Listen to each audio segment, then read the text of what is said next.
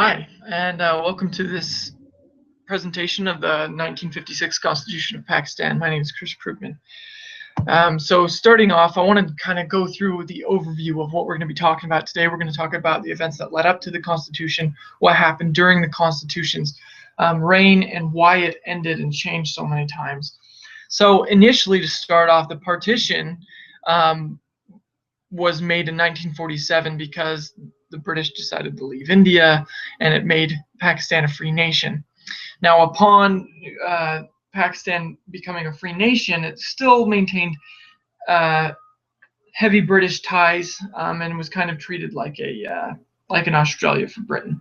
But Chaudhry Muhammad Ali assumed charge as prime minister in Pakistan at this time, and he developed a committee that wrote a constitution. Now, this constitution was presented to the Constituent Assembly of Pakistan on July 9th, 1956, and it wasn't adopted and ratified until the 23rd of March that same year. Now, there was some issues that happened with the Constitution, and as such, it was overruled and dismissed in October of 1958. So now we'll dive into more of the details. First, we'll start with the document structure, the structure of the Constitution. There's 234 articles, 13 parts, and 6 schedules. So this made for an extremely lengthy document, about 255 pages.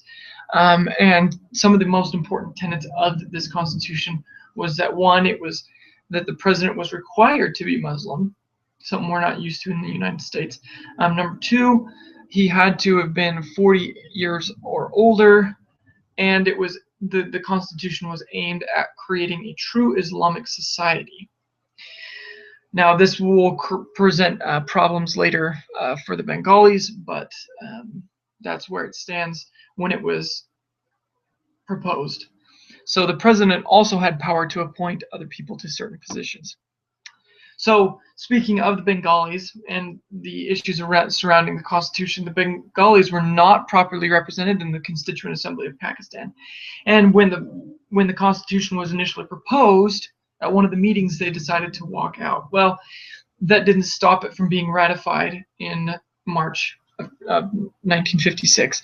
But the Constitution didn't leave much power to the provincial leaders either, and this caused some issues with the provinces in Pakistan.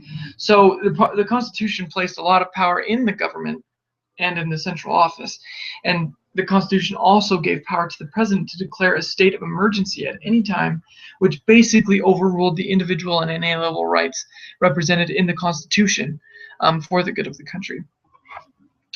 So, as happens with power sometimes, that power that was given to the president to declare a state of emergency was used to impose a military overtake of the government.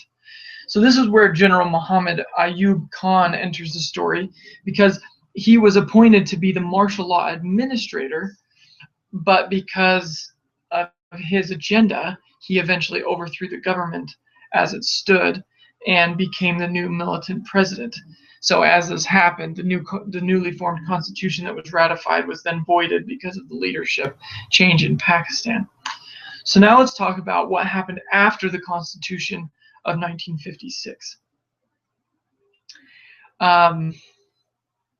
There were 2 more constitutions that were introduced after this one was put under, and the first one was actually written by the man. Well, the committee was formed by the man who overtook the government in 1958, and that was General Khan.